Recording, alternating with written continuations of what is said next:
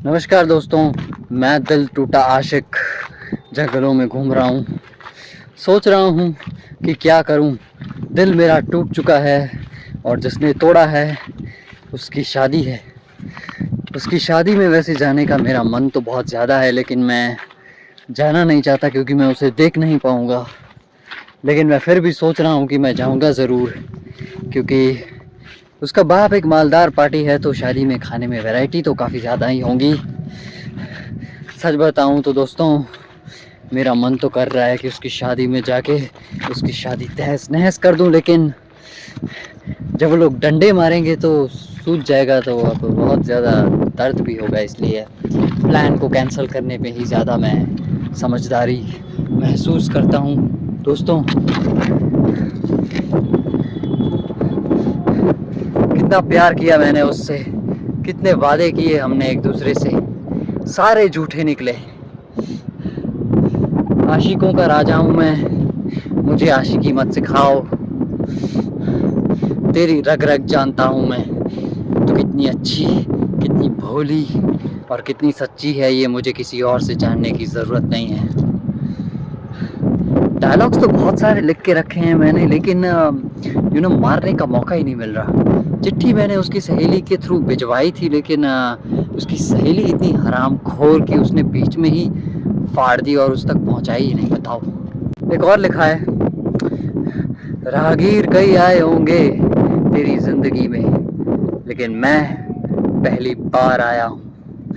दीवाने कई देखे होंगे तूने, लेकिन दीवानगी क्या होती है ये मैं बताऊंगा तुझे।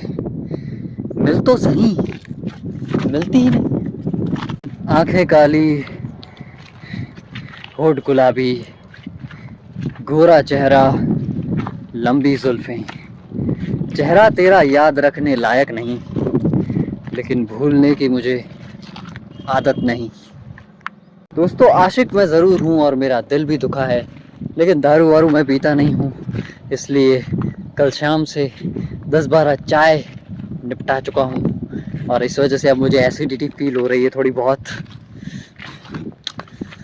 पता नहीं यार, दिल टूटने के बाद क्या क्या करना चाहिए समझ नहीं आ रहा है, जिससे कि मतलब आशिकी वगैरह थोड़ी कम हो जाए। क्या पहली पहली बार जब दिल टूटता है ना, तो ज़्यादा नॉलेज नहीं होती ना, आपको एक्सपीरियंस नहीं होता।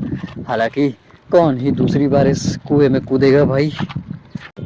मन तो बहुत ज़्यादा कर रहा है कि रांझना वाले कुंदन की तरह सब कुछ ख़त्म कर दूं, मतलब उसकी शादी तहस नहस कर दूं, सारी चीज़ें गोबर शोबर कर दूं। लेकिन एंड में जो उसकी हालत हुई थी, वहीं सोच के मन करता है कि रहने दो भाई, नॉर्मल सी लाइफ भी जी सकती है, कोई दूसरी मिल जाएगी। प्रैक्टिकली सोचो यार, जब मैं पढ़ता लिखता था, साइंस के कितने ही सारे ऐसे सम होते थे जो मैं याद करने की कोशिश करता था कि याद हो जाए, एग्ज़ाम में मैं लिख दूं, मेरा करियर बन जाए, लेकिन याद होते ही नहीं थे। और अब मैं जानता हूँ कि कोई दूसरी मिल जाएगी, इसको भूल जाओ, इसकी यादों को मिटा दो, लेकिन ये सारी भूलती ही नहीं है। सोचो, मतलब कितना बेवकूफ़ गधा है हमारा दिमाग। जो चीज़ें याद नहीं रखनी होती उसे याद कर करके हमें तड़पा तड़पा के मारता है, और जो चीज़ें हमें भूलनी चाहिए वो भूलने ही नहीं दे रहा। बताओ, इश्क बड़ी अजीब चीज़ है नहीं? एक इंसान उसके लिए मरने मिटने के लिए तैयार हो जाता है, खुद को तबाह ख़त्म करने के लिए तैयार हो जाता है, और दूसरे को उसके होने ना होने से भी फ़र्क नहीं पड़ता। बेरोज़गारों का काम है इश्क। वैसे मैं भी बेरोज़गार ही हूँ। इट मीन्स अगर मुझे जॉब मिल जाती है तो ये इश्क विश्क मैं सब भूल जाऊँगा, राइट? ठीक है, चलो इंटरव्यू देते हैं और क्या।